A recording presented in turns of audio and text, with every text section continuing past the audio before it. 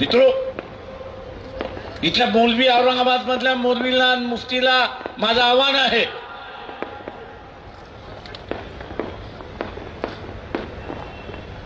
औरंगजेबचा प्रश्न झाला,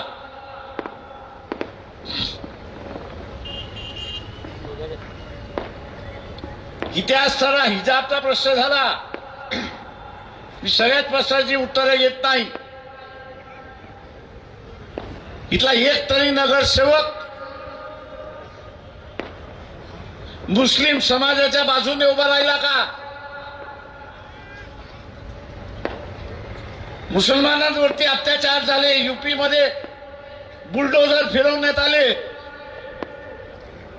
इथले नगरसेवकाने, मुस्लिम नगरसेवकाने मोर्चे काढले का?